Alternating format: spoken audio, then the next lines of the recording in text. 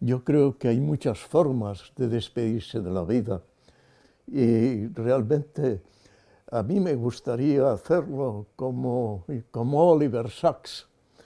Oliver Sacks, cuando tenía un cáncer, y realmente un cáncer que ya hacía años que lo tenía, pero se reprodujo y ya no había nada que hacer y vio que realmente se iba a morir, publicó una carta preciosa en el New York Times.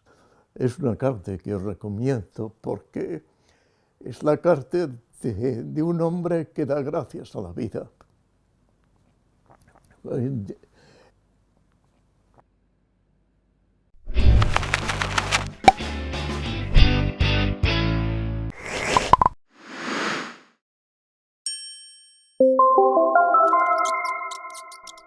Con la colaboración de ITEC Psicología y Neurocorp.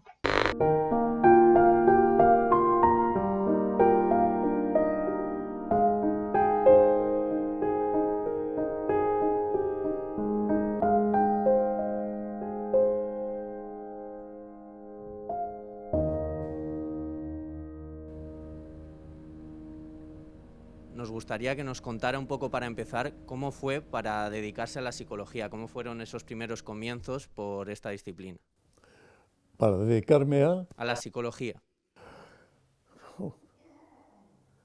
ITECOC. Cerca de 9 años y una infinidad de alumnos y alumnas nos respaldan, y queremos que ahora tú confíes en nuestra oferta formativa.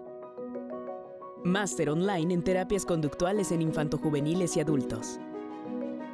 Diplomado especializado en terapias conductuales y contextuales en infantojuveniles.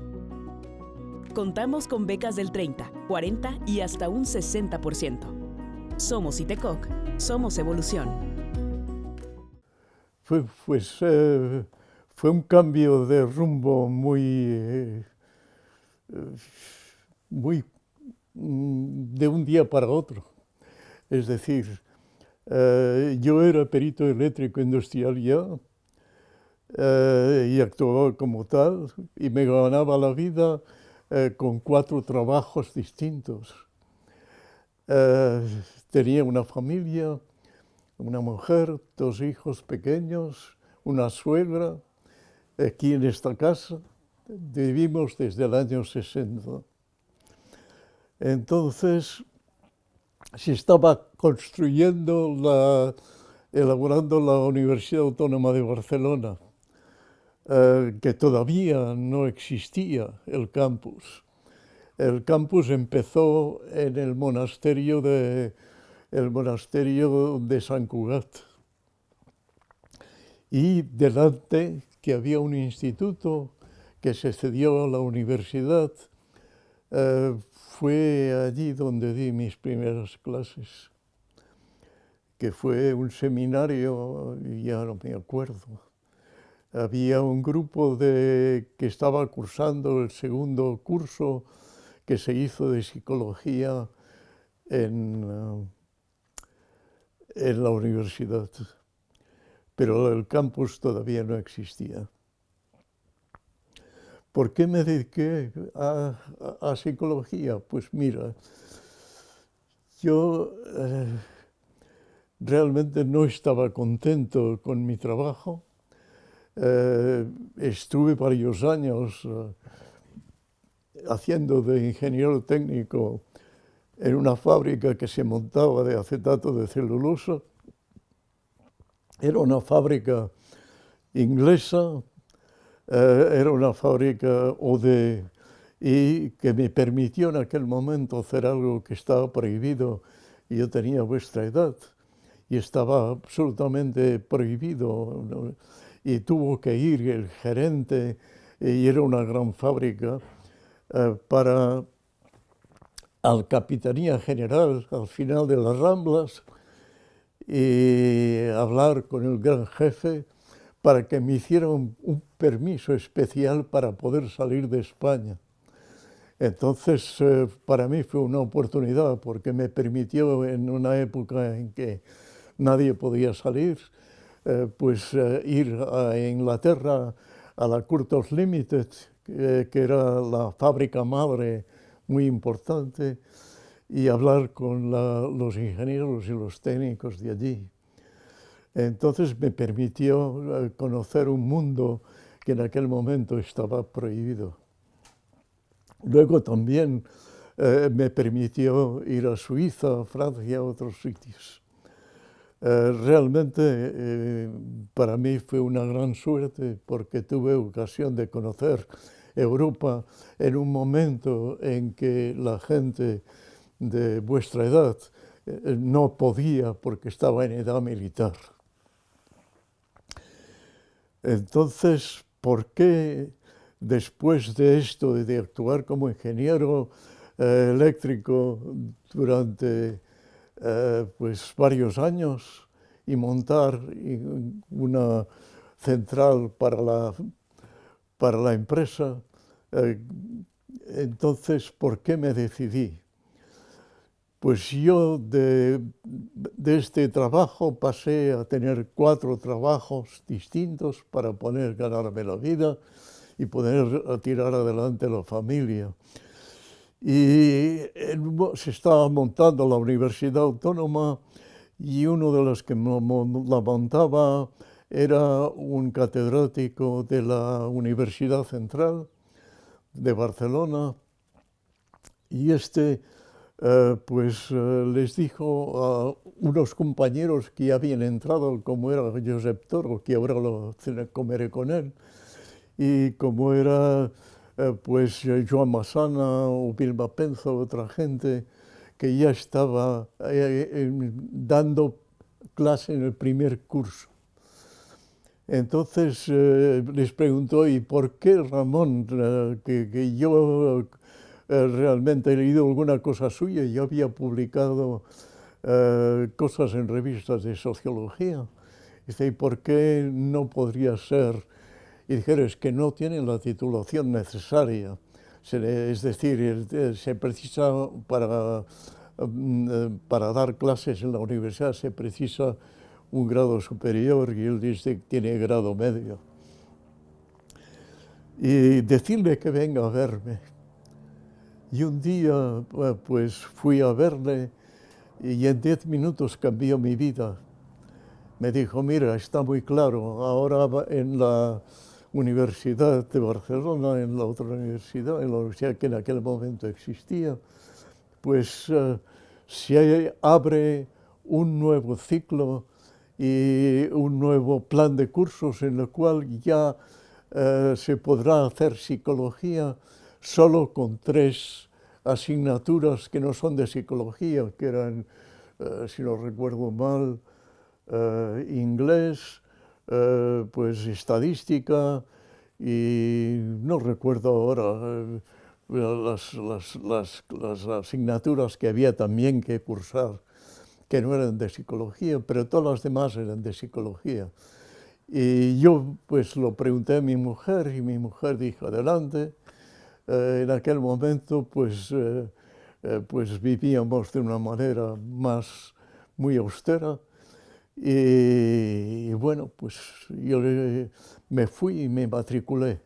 En aquel momento la matrícula era como alumno libre, en el cual no tenía la obligación de asistir a las clases, hablar con los profesores, examinarme, pues hacer los trabajos necesarios, pero no era necesario que asistiera a clase, aun cuando la clase teóricamente era presencial. Y esto me permitió hacer la psicología en 5 años. Entonces, al cabo de 5 años, ya seguí, o sea, entré como profesor no numerario en la Universidad Autónoma y luego ya hice oposiciones. Primero adjunto, luego agregado y finalmente a cátedra. Entonces, en el 83 fui catedrático y en el momento en que entré como adjunto, dejé todo lo demás y ya me dediqué a la universidad. Y ciertamente, pues, me gustó. me ha gustado siempre enseñar o compartir, y desde el primer momento pues me sentí a gusto en la universidad. Pues ya digo, si me decidí, fue porque en un momento determinado realmente este catedrático que era de orientación dinámica me dijo: yo he hablado con tus compañeros, he leído alguna cosa en revistas de sociología y tú tienes una vocación muy clara de enseñar en la universidad. Sería una pena, pues matrículate en el Plan Maluquer, que se llamaba Plan Maluquer, matricúlate y sigue. Y realmente pues así lo hice. Y pues estoy contento, fue una vocación, yo ya era mayor, siempre he ido 10 años por delante de mis compañeros, en que eran mucho más jóvenes que yo, todos mis compañeros. Y bueno, pues fue una ocasión y acerté. Fue de estas ocasiones que están en la vida y pues dije sí y ya está.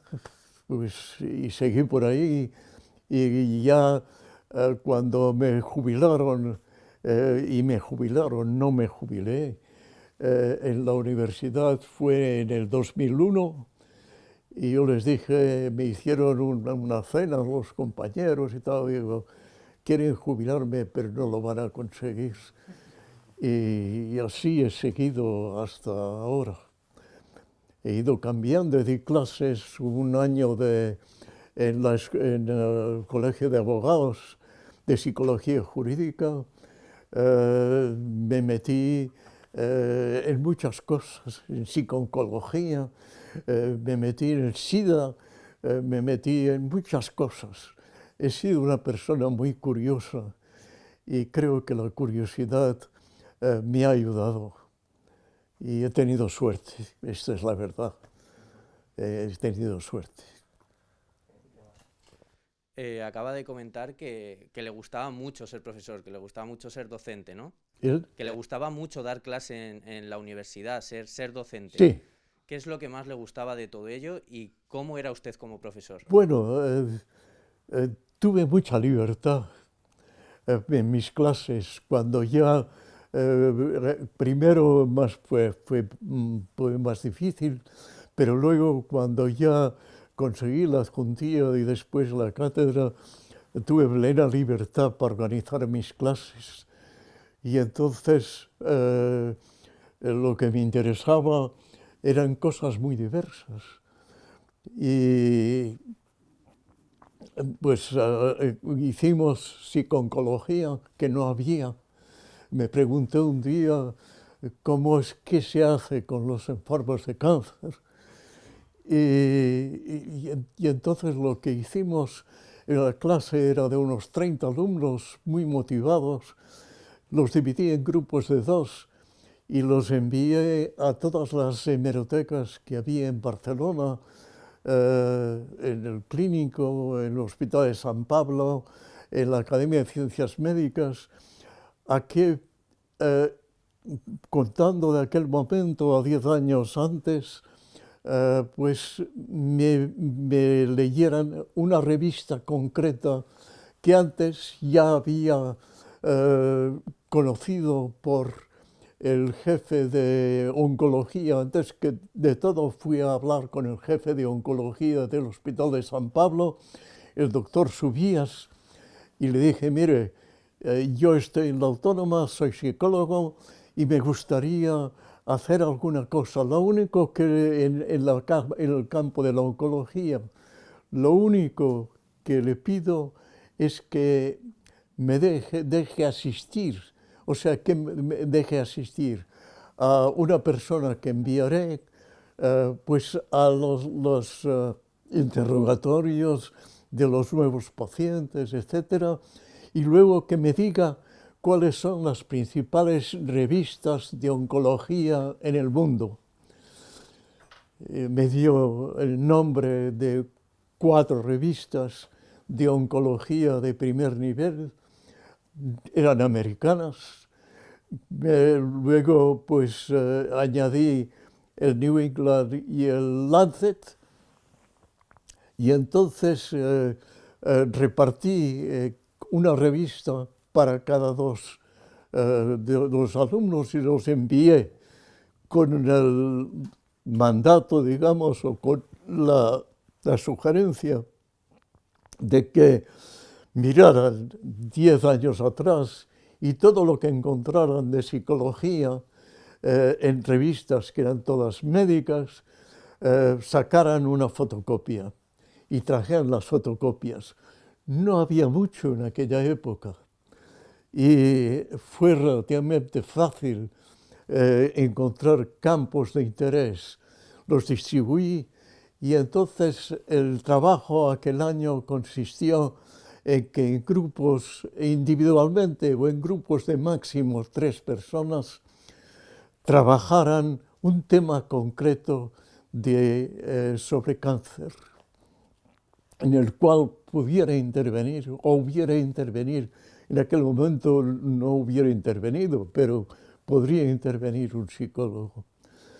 Encontramos muchas cosas y tiramos adelante. Otro año fue el efecto placebo. Y entonces yo me había leído todo lo de Jerome Frank, tengo trabajos suyos y el libro suyo, y realmente trabajamos sobre efecto placebo. Y otro año trabajamos sobre otro tema, incluso que sugerían los alumnos, y siempre la técnica era la misma, ver lo que hay en las mejores revistas y sobre esto diseñar temas para esto. Realmente vosotros sois en parte, os motiva, he visto Skinner. ¿Cómo entré en contacto con Skinner? Pues mirad, fue muy sencillo. Yo participé junto con José Toro y junto con otros compañeros, pusimos 10.000 pesetas cada uno y montamos Editorial Fontanella. Editorial Fontanella, editorial que empezó con nada y que realmente siempre me acordaré una anécdota muy curiosa.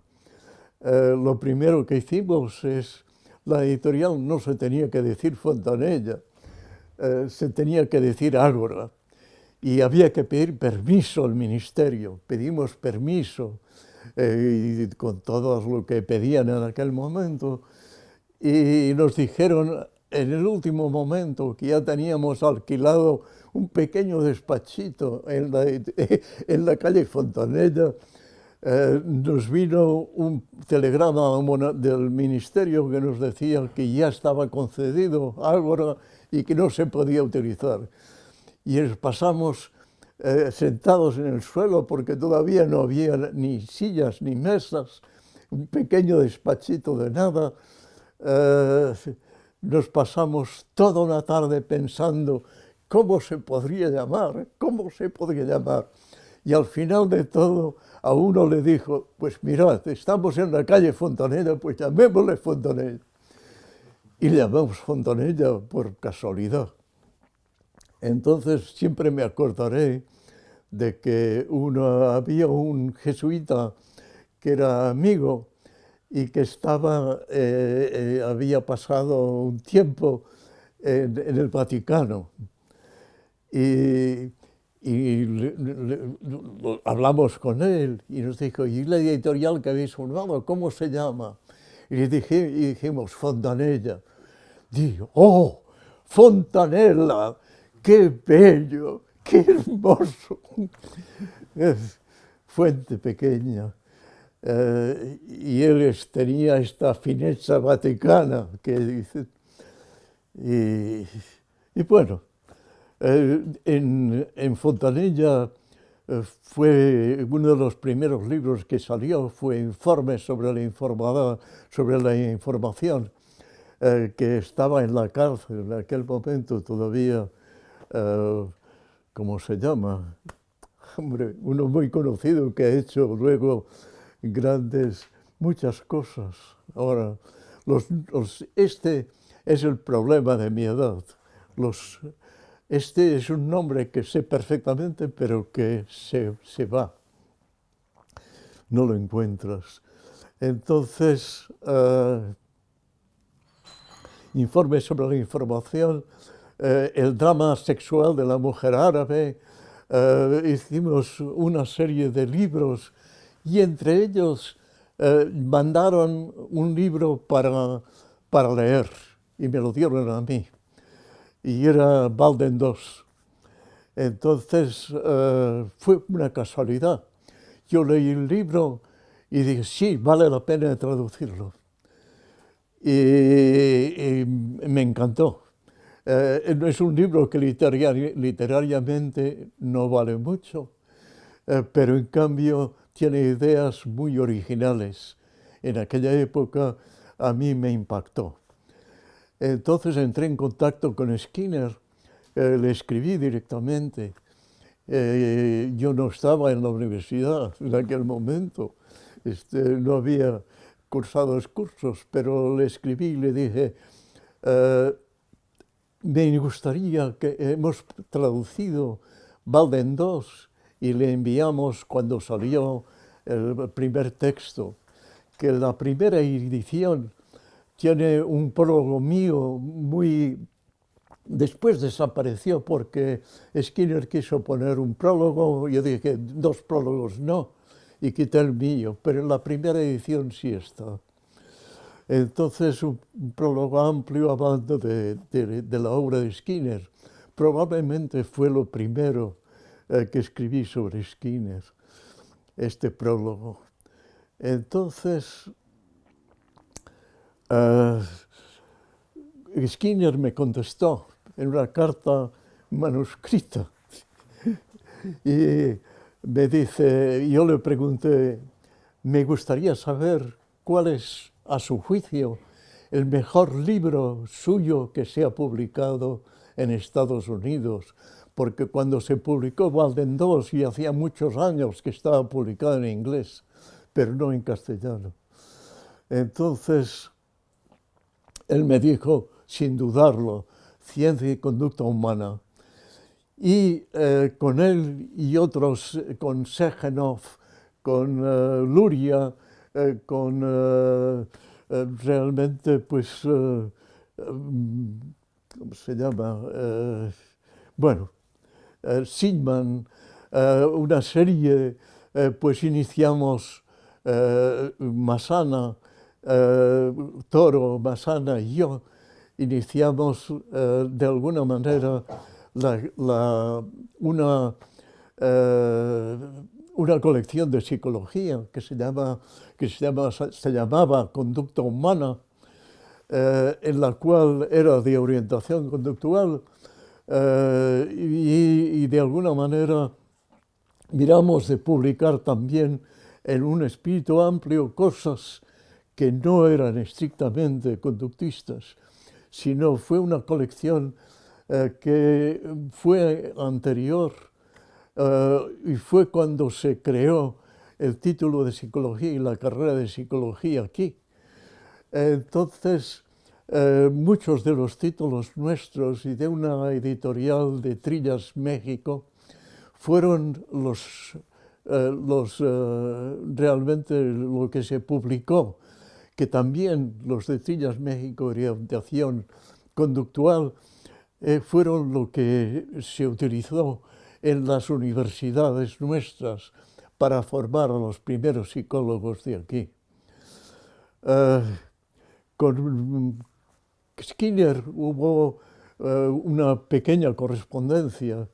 Yo le contesté, él me contestó, etc. Y luego yo lo conocí personalmente en un congreso que se hizo en Lieja, en Liège, en Bélgica, organizado por Marichel, que murió hace pocos meses y que fue la persona que actuó de puente entre Skinner y Piaget.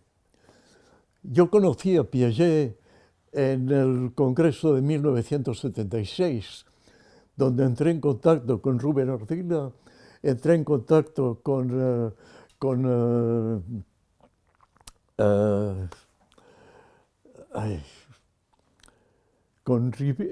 Emilio Ribes, y fue una reunión, hubo una reunión durante el Congreso, era un Congreso Mundial de Psicología, y hubo una reunión de todos los países latinoamericanos y yo que estaba y de los españoles. Entonces fue una forma de entrar en conocimiento también con los latinoamericanos, y el año siguiente invitamos a Emilio Ribes a que hiciera un curso aquí en Barcelona. Es lo que os puedo decir. Yo me acuerdo una anécdota del Congreso del 76, fue que Piaget, yo estaba esperando su turno, era la gran figura del Congreso. Él debía tener cerca de 80 años y era un viejecito realmente pues que tenía cerca de 80 años, del pelo muy blanco, llevaba una boina y se veía su pelo blanco y fumaba en una pipa. Y estaba, y la gente iba allí a ver a Piaget. Y era un hombre, pues parecía un hombre más bien tímido. Entonces era un gran anfiteatro en la Universidad de París. Gran anfiteatro, creo que era el anfiteatro de medicina, no recuerdo. Y cuando él salió, era un congreso grande y mucha gente y lo aplaudieron a rabiar. Y estuvo muchos minutos en silencio toda la sala. Y de pronto Piaget, cuando se calma, dice: miren, señores, yo realmente me han pedido los organizadores que les cuente lo más importante que crea que he hecho en mi vida. Dice: esto no me interesa un pepino, no me interesa nada. Yo lo que voy a hacer es contarles mis últimos trabajos, mis últimas investigaciones y lo que pienso hacer en los próximos 5 años.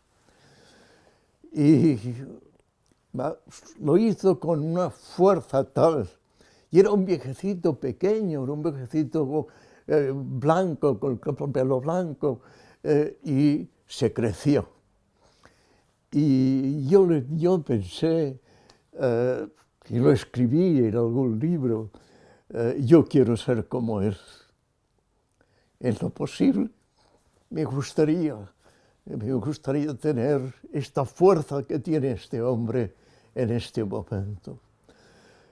Bueno, he conseguido llegar hasta aquí, he pasado por muchas etapas.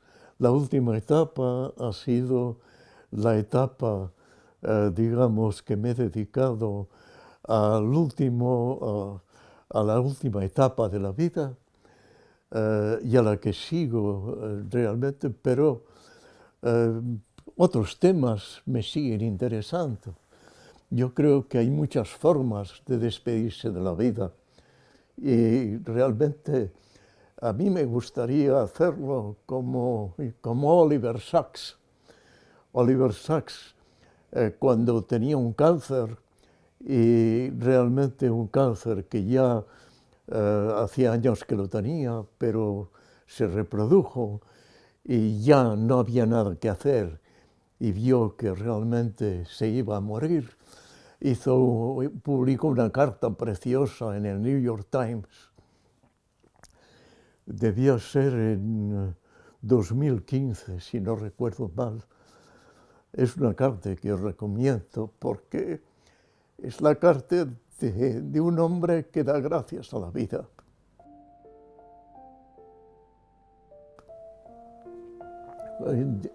Él realmente, pues, en este sentido, agradece todo lo que da la vida, agradece lo que ha conocido, agradece la amistad. Y después, posteriormente, él todavía tiene un pequeño libro que hizo 3 pequeños ensayos. Y es su despedida. Pero con esta carta ya es suficiente. Esta es una forma bonita de despedirse de la vida. Hay otra forma que también he pensado que es bonita. Es, de momento, mis ojos y mis oídos están ya muy mal. En este sentido, leo todavía los correos electrónicos y los manejos, pero realmente ya leer un libro ya no puedo hacerlo. Entonces, el cerebro me sigue funcionando bastante bien, con lapsus normales por ejemplo, sobre todo de personas y personas que conozco muy bien y que se me va el nombre. Pero bueno, no me puedo quejar y creo que una forma también de acercarse a la muerte mientras el cerebro funciona es aprendiendo. Y esto sí he seguido haciéndolo y sí, en la medida en que puedo, sí sigo con ello.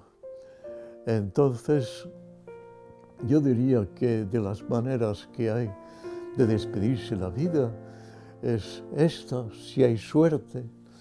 Mi mujer murió hace 3 años, estuvimos 60 años juntos, visitamos, hubo un tiempo de viajes hace 30 años que viajé mucho por el mundo, por América Latina, conozco casi todos los países, por Asia, por Europa, por descontado, y me ha interesado siempre realmente las cosas que interesan a la gente. Me ha interesado, por ejemplo, el concepto de persona. Para mí la persona es un viaje, esto lo he escrito y lo mantengo. Para mí es un viaje que empieza cuando naces y termina cuando alguien deja de pensar en ti. Es un viaje que para mí es importante, que es único. Es decir, no hay 2 personas iguales, no hay 2 viajes iguales. Este es un punto que para mí es muy importante. Cuando alguien muere, se pierden cosas, perdemos cosas importantes.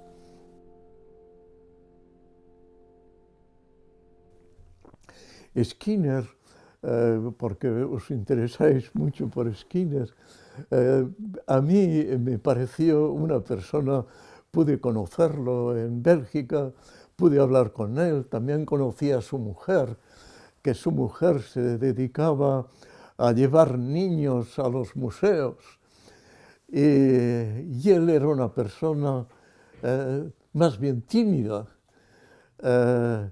Yo recuerdo su discurso en Bélgica, su conferencia, y que hacía poco que había salido Más allá de la libertad y la dignidad. Y él dije, cuando me lo entregó la editorial y lo volví a releer, me di cuenta que me había pasado. Yo creo que a mí me ha ayudado muchísimo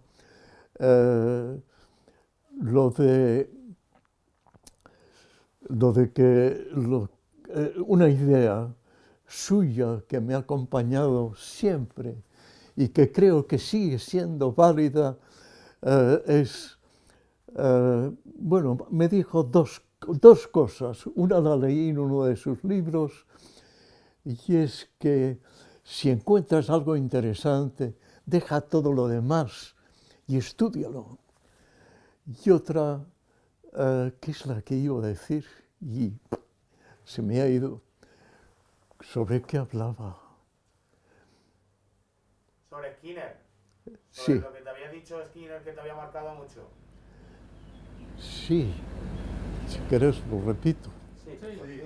Pues la segunda es la importancia de la inmediatez de las consecuencias, más que las propias consecuencias. La rapidez, la inmediatez de las consecuencias. Yo creo que estamos en momentos en que son muy válidas. Los cambios que están actualmente sucediendo, la gente, el WhatsApp es una prueba de la importancia de la inmediatez de las consecuencias. Todo el mundo hace el WhatsApp, menos yo. No tengo móvil. Esto soy de las pocas personas que creo que no tienen móvil. Me equivoqué. Es decir, lo decidí cuando salieron los móviles en el 92. Aquí en España fueron populares, en el puente aéreo, todos los ejecutivos presumían de móvil. Y luego se hizo ya generalizado. Y ahora estamos en pleno auge, de alguna manera, de este cambio. Hasta la pandemia no tuve ningún problema. Pero había prescindido del móvil por una razón, porque el móvil corta la comunicación. Tú estás hablando con alguien de algo interesante, alguien llama y el otro atiende el móvil antes que a ti y se corta la comunicación. No hay posibilidad después de reanudarlo muchas veces. Hay momentos mágicos en los cuales, hablando con gente interesante, se me cortó la comunicación a finales del siglo pasado, entonces decidí, pues no. Y hasta la pandemia me di cuenta que había acertado. Ahora no. Ahora, con la digitalización, he tenido problemas graves y los sigo teniendo. Por ejemplo, en la Universidad Autónoma de Barcelona hubo un ciberataque el 11 de octubre del año pasado. Y el 11 de octubre, entonces yo me quedé sin correo electrónico. Y yo había confiado totalmente en el correo electrónico y me iba bien.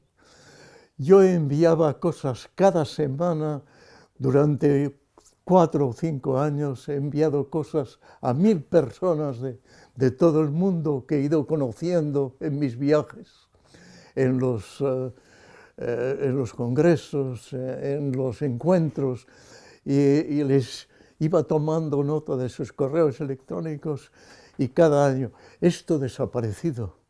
Es decir, ahora intento mantener algún contacto y conseguí, después de mucho trabajo, recuperar 52 correos electrónicos. Y ahora he recuperado 160. Y tengo un sobrino que es una persona extraordinaria, que sí sabe lo que yo no sé, que al no tener el móvil, yo me he perdido estar al día de muchas cosas de tipo informático, y me duele, porque creo que ha sido un error por mi parte, pero ya no lo puedo remediar. Los teléfonos son de números pequeños y ingleses, hay uno, pero ya no me veo capaz de ponerme al día. Creo que soy de las pocas personas que han pasado por la universidad sin móvil. Entonces, hay algo interesante también sobre este tema, es de Umberto Eco. Umberto Eco ya murió en el 2016, me parece, pero del 2015, 2014, del 2016, escribió cosas muy interesantes sobre los móviles. Probablemente en este momento no serían tampoco ya verdad, pero son recomendables porque es una visión distinta.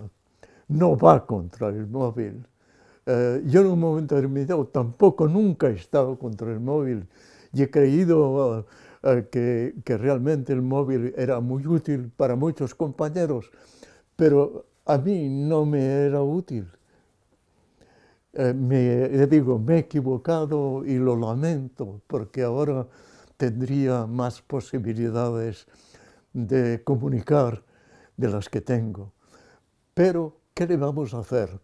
Hay errores que hay que pagarlos y este lo estoy pagando. Entonces, de todas maneras, no deja de ser un medio que también tiene sus problemas. Por ejemplo, los ciberataques, que los ha habido muy graves y los seguirá habiendo, mientras los gobiernos admitan los bitcoins. El bitcoin en este momento no se puede rastrear. Entonces hacen un ciberataque y los han hecho en grandes empresas de Australia, de Estados Unidos, de muchos lugares.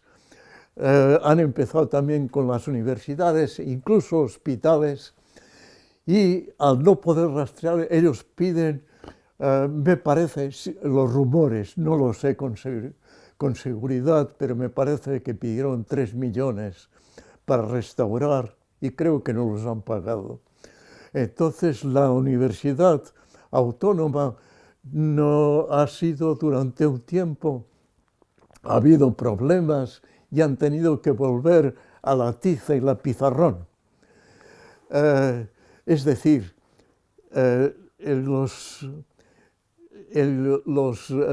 digamos, ¿cómo se llama? Vale, pues a ver si recupero. Umberto Eco, una de las cosas que dice en uno de sus escritos que os recomiendo sobre los móviles es que el gran hermano es la telefónica, porque desde un móvil tú estás, pero no sabes dónde está el otro. El único que sabe dónde estáis los dos es la telefónica, que puede saber dónde estáis los dos. Si no, no se puede saber. Pero yo hablaba de la importancia actual de la rapidez de la digitalización. Todo el mundo va loco con la digitalización y no hay duda que tiene muchas ventajas y que permite cosas que antes no eran posibles, pero también tiene desventajas. Y uno de los problemas son los ciberataques. Y no es el único, porque realmente esta es una hipótesis, pero creo que disminuye la creatividad. Es decir, hay que pensar. Yo primero en mis viajes en avión o en tren, si iba solo, me llevaba un libro, y un libro grande. Me di cuenta que no lo leía, que pensaba, miraba el paisaje y pensaba. O en algún caso privilegiado, hablaba con una chica guapa del lado. Pero de alguna manera no sé.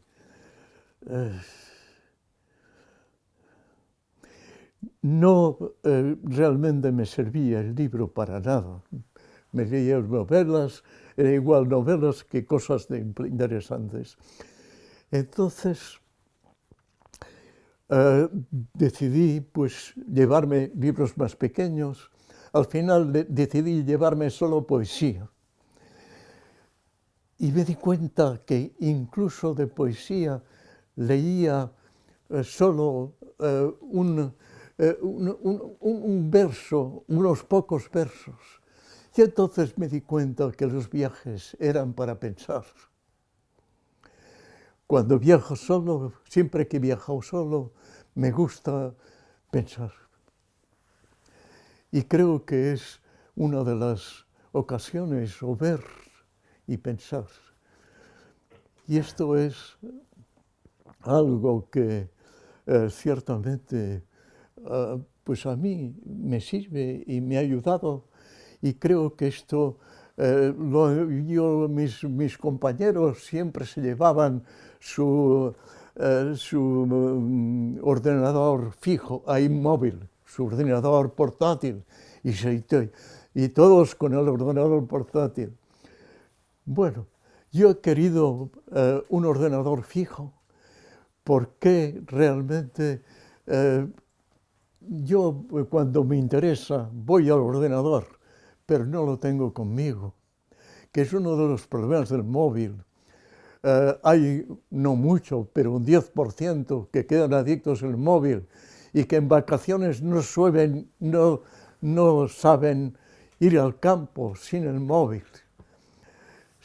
Entonces es un tipo que se puede convertir en algo adictivo y puede ser algo muy bueno. Entonces tienes que tener mucho control. Yo digo, yo me equivoqué, lamento no haberlo utilizado y no estar al día de esto, y ahora ya es demasiado tarde. Pero esto es así. No sé. Hoy se ha hablado de una persona también interesante, es Marie Shell. Marie Shell estudió con Piaget y estudió con Skinner, y fue el hombre que difundió a Skinner en los países de habla francesa. Él es belga, una gran persona. Yo lo conocí no solamente en Bélgica, sino él era el que llevaba todas las universidades europeas, tuvo un cargo muy importante y era una persona de una gran cultura y una persona que él publicó muchos libros o traducciones de Skinner y le gustaba era un hombre universal. Una de las cosas que he aprendido también, y os puedo de alguna manera comunicar, es que hay dos formas de comunicación. Una es la forma de comunicación que se usan en las universidades o que usamos en el móvil o que usamos ahora. Pero hay otra forma de comunicación.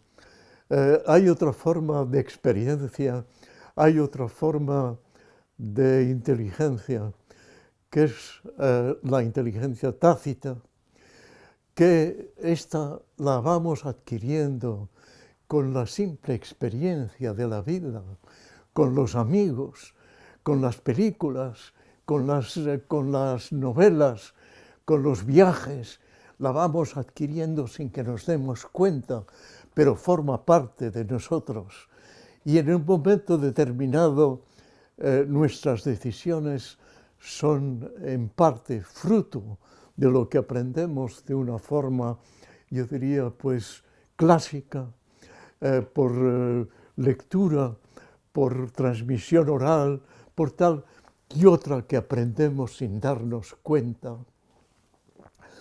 Yo me he encontrado más de una vez, no muchas, pero sí más de una vez.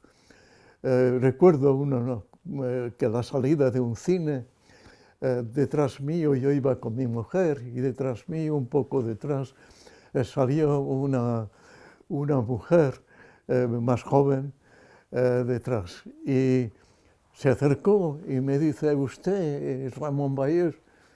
Y yo digo, sí, no le conocía de nada. Y de usted no se acordará, pero hace 10 años usted cambió mi vida. En un congreso dio una conferencia y dijo algo que cambió mi vida. Y esto es muy extraño, pero pasa. Es decir, cuando por un lado hay el deseo de comunicar y hay una cierta riqueza, y por el otro hay una necesidad, y coincide la necesidad con el recurso, coinciden las dos cosas, es difícil, pero cuando coincide se da un milagro. Es lo que buscan los grandes escritores, es lo que buscan los monjes zen, es lo que buscan, es realmente la iluminación, el que en un momento determinado una palabra tiene un contenido para aquella persona con su complejidad. Tu complejidad y la otra se reúnen en un instante. Y lo que no puedes conseguir realmente, por ejemplo, en sesiones de terapia o en tal, durante años, lo consigues a lo mejor en una palabra, en un momento determinado. Es un milagro, pero es así. Ramón, te queríamos... ¿Me escuchas bien? ¿Eh? ¿Me escuchas bien? ¿Me escuchas bien? Sí. Vale, te queríamos preguntar ahora, Lo ya que que hemos queráis. hablado de la figura de Skinner y lo importante que es que nos dijera otros autores, sobre todo si pueden ser hispanohablantes, que son Sí, importantes y que están sí, infravalorados. sí. Si nos podría hablar de autores españoles. Para mí, Por aquí. gente que me ha influenciado, yo diría, es Eric Castle. Eric Castle, y sobre todo un trabajo que publicó en 1982 en el New England Journal of Medicine. En el New England Journal of Medicine, que es medicina pura y dura, excepto, no, sí, sin excepciones, es medicina pura y dura de alguna manera, pero dentro de, yo estaba suscrito en mi casa, estaba suscrito a 2 revistas médicas, el New England y el Lancet. Y en las dos he encontrado cosas maravillosas para los psicólogos. Muchas de las cosas que dicen no nos interesan para nada, pero hay cosas e ideas preciosas en algunos artículos. Entonces, vale la pena de estar al día, de saber simplemente de ir a la biblioteca y dar una ojeada. A lo mejor en un par de meses no encuentras nada, pero si encuentras un artículo, generalmente es muy bueno. Entonces, aquí, por ejemplo, una de las personas que más influencia ha tenido para mí, lo conocí un año antes de morir, o 2 años antes de morir, era un catalán, Jordi Gol. Jordi Gol era una persona de una gran cultura, era un médico normal, un médico de cabecera, y era una persona que tenía una visión amplia. Y fue el congreso de 1984, me parece que fue, en Benicàssim, que ya se amplió, la Academia de Ciencias Médicas de Cataluña se amplió a los biólogos y más tarde se ha ampliado a los psicólogos, a las enfermeras.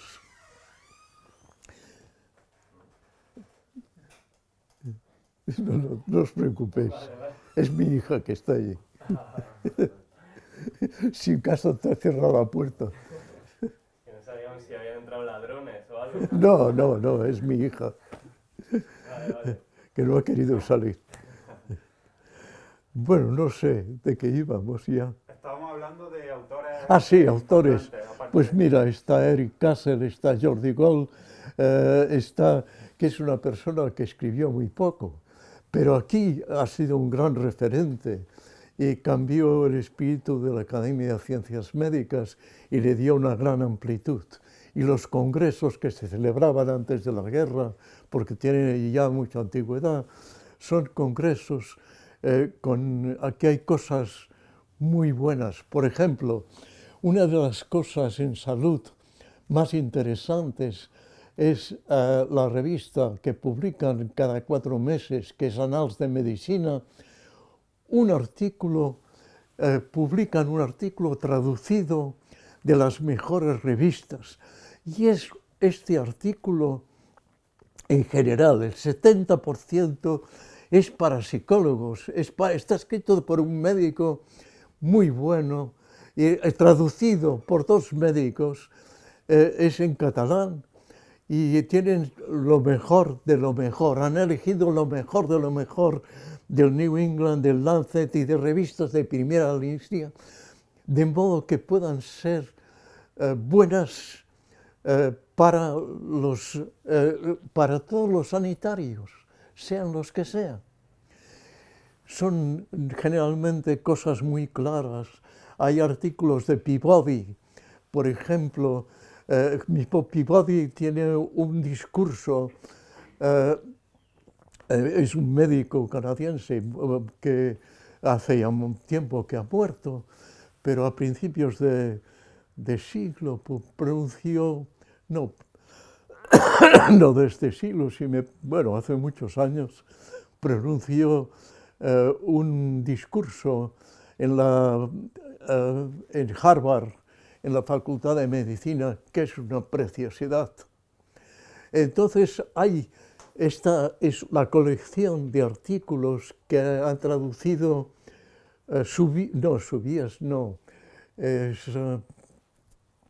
dos médicos se han dedicado cuando uno está ya muy jubilado y el otro son Pons y el otro no recuerdo.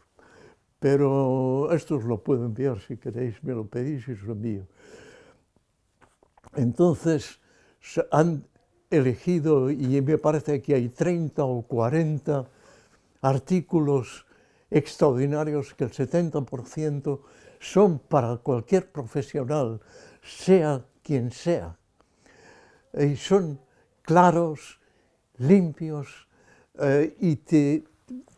bueno, el artículo de Eric Kassel, que del 82, se llama El sufrimiento, habla del sufrimiento en medicina. Entonces, es un artículo precioso que yo lo conocí por una oncóloga que estábamos en un congreso y teníamos una mesa redonda y ella habló de Eric Kassel a finales de los años 80, de 85, 86, en el Colegio de Médicos.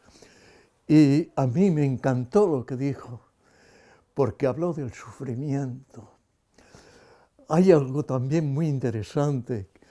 Por ejemplo, en el último número, no en el último número, pero sí en un número muy reciente, de principios de este mes, que acaba de principios de febrero de este año, hay un artículo precioso que es una reunión y es un documento sobre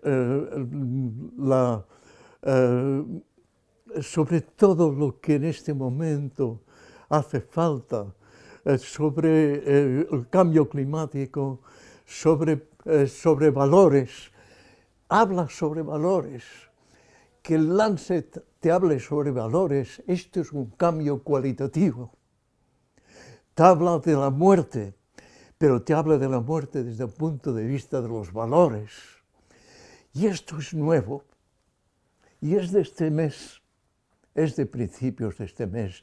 Yo os lo recomiendo, no sé si es del día 2 o el día 7, es de principio, y ya digo, y es un documento hecho, no es un artículo, sino es un documento de 3 páginas. Es buenísimo. Ramón, Sí. queremos preguntarte ahora por la figura de Juan Alfredo Robinson, que lo has conocido, el fundador de la Comunidad de los Horcones. De Juan Alfredo Robinson, de la Comunidad de los Horcones en México. Lo conocí a Robinson, lo conocí en Ciudad de México. Él tenía su Walden, lo tenía muy lejos.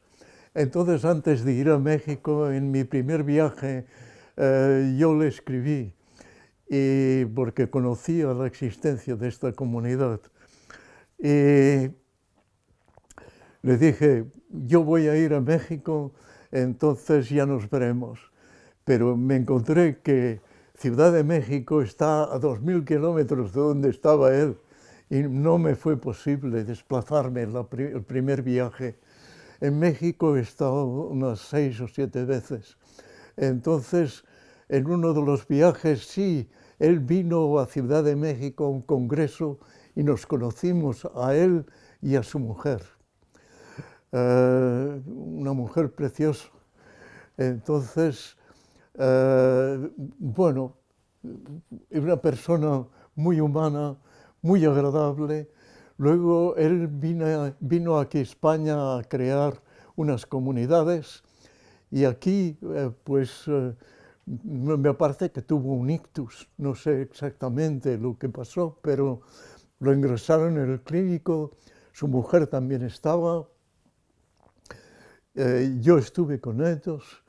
Luego volvió a México en un avión medicalizado y finalmente, después de tiempo, murió. Me acuerdo que escribí su necrológica. Esta os la puedo enviar, creo que la tengo ya por ahí, si no la tenéis. Yo diría que era una persona los dos, tanto él como su mujer, 2 personas extraordinarias, fáciles, en el cual era muy fácil contactar. Y vino a montar un Walden, me parece que en Andalucía, no estoy seguro. Luego fue precisamente Emilio que me parece que fue él que me pidió que escribiera la necrológica. Y lo sentí mucho. Él estuvo todavía, me parece que vivió 2 años, pero no en excelentes condiciones. Yo creo que quizá en Europa la persona que ya no es así, la persona que puede deciros más desde el punto de vista conductual es Esteve Freixa. Esteve Freixa tiene un blog y lo podéis contactar con facilidad y si no yo os doy su dirección electrónica, la tengo. Entonces Esteve Freixa fue en un tiempo mi mejor alumno. Era una persona extraordinariamente meticulosa, extraordinariamente estudiosa, muy inteligente. Fue a Francia, se casó con una francesa, la francesa hablaba catalán, le enseñó catalán a la francesa y ahora está ya jubilado. Yo estuve con él en su casa en Lille, con mi mujer y otros amigos, con Jordi Roca, no Jordi. Josep Roca. ¿Eh? Josep Roca. Josep Roca. Con Josep Roca, su mujer, la mía, estuvimos, debe hacer 5 años, con él en Lille. Y él nos llevó por toda la parte, nos enseñó la parte flamenca, porque Lille está al lado, nos envió a la parte bélgica, A ver, si acaso os cierro la puerta. Espere, yo abriré. Ya va su hija, creo. Sí, si quieres cerrar la puerta. Está. Cierra la puerta. ¿Qué hora es? Las 12:30. 12:30 ya. Sí, Ya vamos terminando. pues, Terminando, sí. a ver, pues haced preguntas que os interesen. Sí, pasamos ya a la siguiente, ¿vale? Pasamos ya a la siguiente. Sí, sí.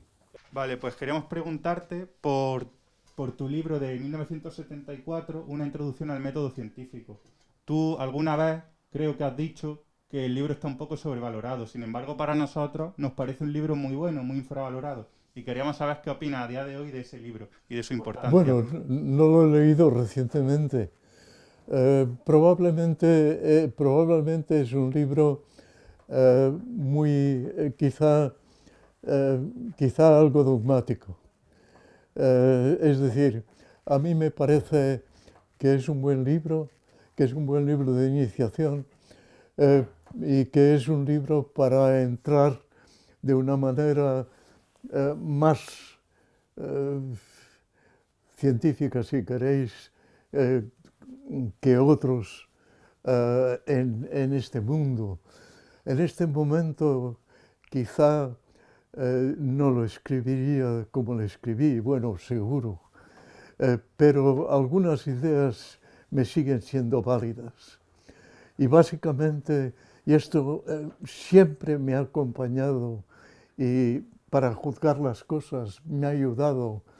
Hay dos cosas que me han ayudado mucho en la vida.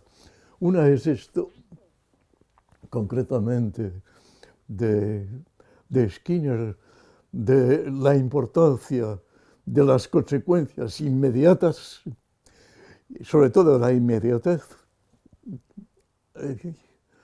Hay otra cosa, que me ha evitado el dogmatismo. Y es un libro de Bertrand Russell.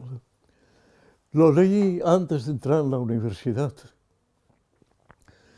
Es El conocimiento humano. Es un libro extraordinario, además con sentido del humor, y que analiza todas las disciplinas, o la mayor parte de disciplinas que tenemos, desde la biología, la física, la psicología, la astronomía, y las va analizando desde un punto de vista lógico. Y cuando termina, en la última página, hay una frase preciosa, a ver si me acuerdo. Todo conocimiento humano es incierto, inexacto y parcial. Esto me ha ayudado a huir de cualquier dogmatismo. Es decir, me ha servido para los dogmatismos religiosos, para los dogmatismos humanos, para todo tipo de dogmatismo.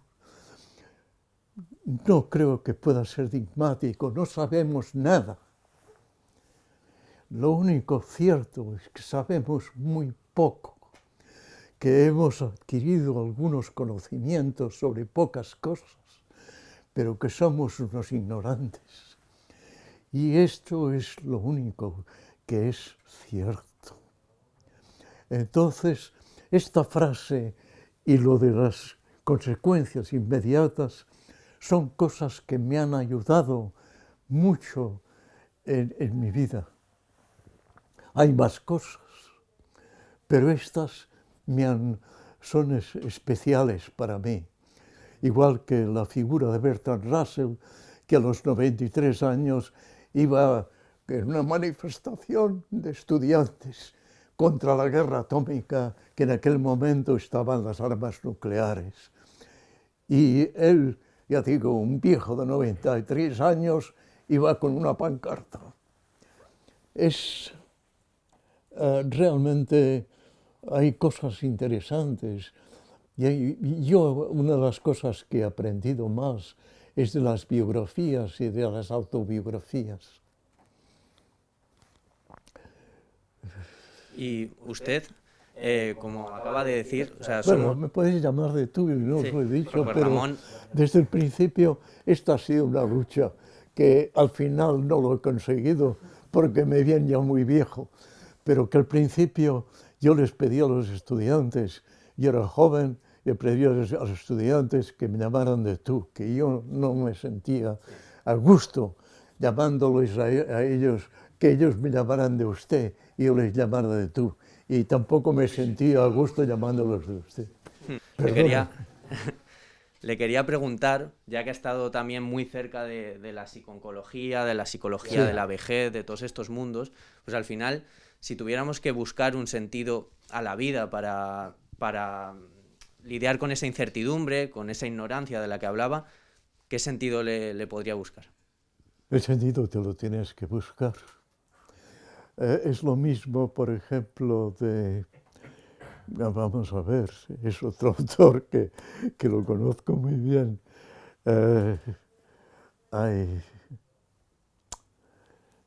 Y además es muy conocido y tengo sus libros aquí. Bueno, es francés, murió a los 45 años. Albert Camus. Albert Camus. Albert Camus no creía, no era creyente en absoluto de nada, pero se pasó la vida buscando un sentido a la vida. Entonces yo creo que hay que buscarlo. Para mí el sentido es compartir. Entonces me ha fastidiado mucho lo del ataque, me ha fastidiado mucho y tal, porque me es difícil el compartir cosas. Pero sigo pensando que si algún sentido tiene la vida, que no lo sé, o si simplemente, en principio creo que desde un punto de vista lógico y desde un punto de vista humano, la vida es un azar y que realmente estamos por azar aquí. Y realmente pues es muy difícil que las parejas encajen, es muy difícil porque somos muy complejos. Y entonces continuamente realmente vamos cambiando, vamos pensando, vamos descubriendo cosas. Y creo que el aprendizaje es bueno para los ancianos.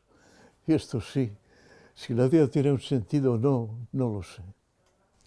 Ya para terminar, Ramón, en 1990, Skinner, que estábamos hablando antes de él, recibió una mención de la APA. Y ahí dijo por los motivos por los que él quería ser recordado. Queríamos terminar con eso. ¿Cómo querría ser recordado usted, Ramón? ¿Cómo te gustaría? Me da igual. Como una buena persona. O que como alguien que ha intentado y no siempre ha conseguido ser una buena persona. Lo ha intentado simplemente. Y creo que lo mejor que se puede decir de otra es que es una buena persona. Es decir, en esto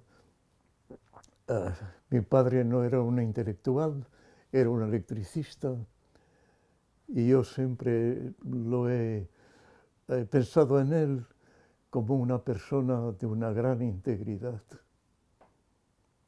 Entonces, no sé por qué estamos aquí ni por qué estoy aquí. Aquí pues iría Bertrand Russell que dice, estamos aquí para aumentar el conocimiento y para aumentar el amor. Y ya está. Y vete a saber. Pues no sé, me da igual cómo me recuerden, que me pueden, según quién me recuerde, pues bien. Pero para mí la posteridad me da igual. Es decir, yo seré olvidado dentro de poco tiempo. Quiero decir, a Sócrates se le recordamos por los libros. Y vamos para atrás, y al hombre de las cavernas, ¿quién lo recuerda? En Atapuerca, quizá pueden elaborar que le gustaba comer esto, que le gustaba pues orinar en tal sitio, pero no lo sé. Es una pregunta. Hay preguntas que no tienen respuesta. Al menos yo creo que no la tiene. O cada uno le da su respuesta en función de su currículum.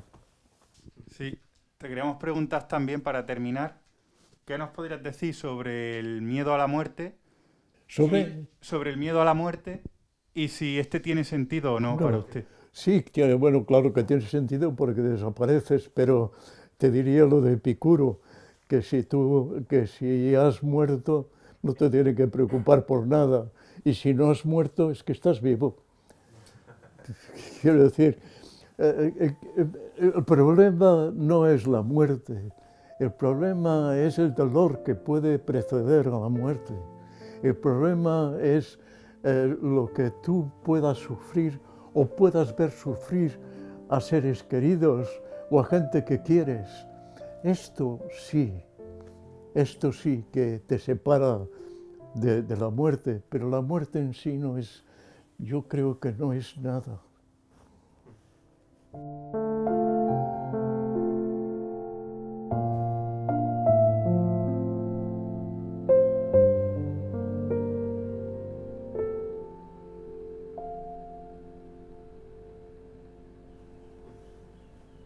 Gracias, hasta aquí. Genial. Bueno, pues sí, ya os tendré que dejar.